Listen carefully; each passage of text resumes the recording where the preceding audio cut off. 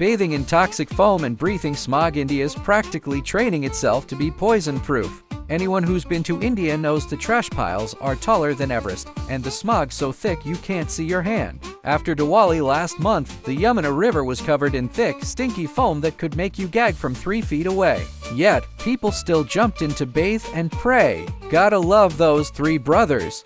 The Yamuna River, once revered as a sacred site for spiritual cleansing in Hinduism, is now an open sewer for New Delhi. Along its banks, factory pipes pour black industrial waste into the water, which mixes with the thick foam. The stench is unbearable. Pollution in India is a widespread crisis, with the WHO reporting that India holds most of the spots in the top 20 most polluted cities, including New Delhi, which stays in the top 10.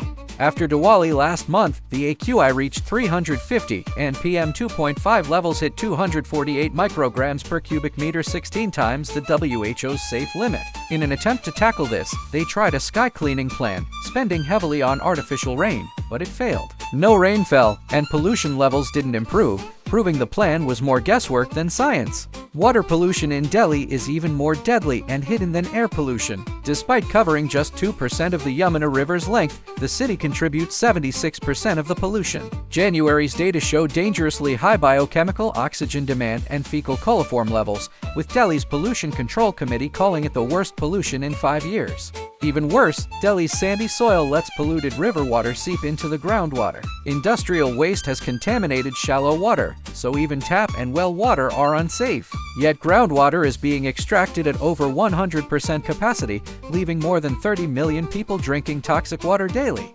Think that's the end? You've underestimated the three brothers. Pollution has infiltrated every part of their lives, leaving them numb. Farmers irrigate crops with contaminated groundwater, producing vegetables with excessive lead and tomatoes high in nitrates. For most people, eating vegetables provides vitamins, but for the three brothers, it trains their bodies to resist toxins, turning them into human antitoxins.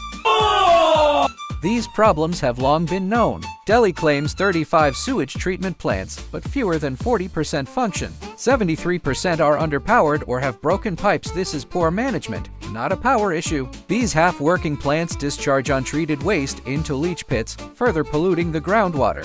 The Yamuna River and underground water used to have a healthy cycle. Now, factories pollute the river, which seeps into underground water, creating a toxic cycle that keeps expanding. Fixing this problem is even harder than tackling the pollution itself. For example, 38% of PM 2.5 comes from crop burning in nearby states. Farmers in Punjab and Haryana lack subsidies or machinery, and properly processing crop waste costs 2,000 rupees per acre. Burning saves time and money, but this is not about ecology. It is an impasse between economics and environmental protection.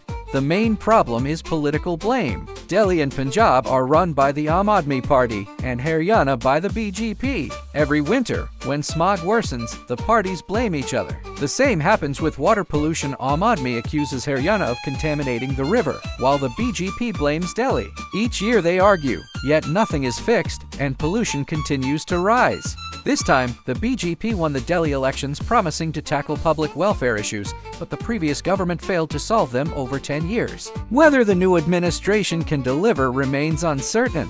The World Bank states that if India had halved pollution over the past decade, its GDP could have grown over 10% annually. True or not, India cannot continue a develop first, clean up later approach. Its industrialization is already overwhelming the environment, and waiting until full development may make recovery impossible. On the streets of New Delhi, I've seen elderly people coughing through torn masks, children playing in the smog, and worshippers praying in a river full of toxic foam. All they want is clean water and fresh air.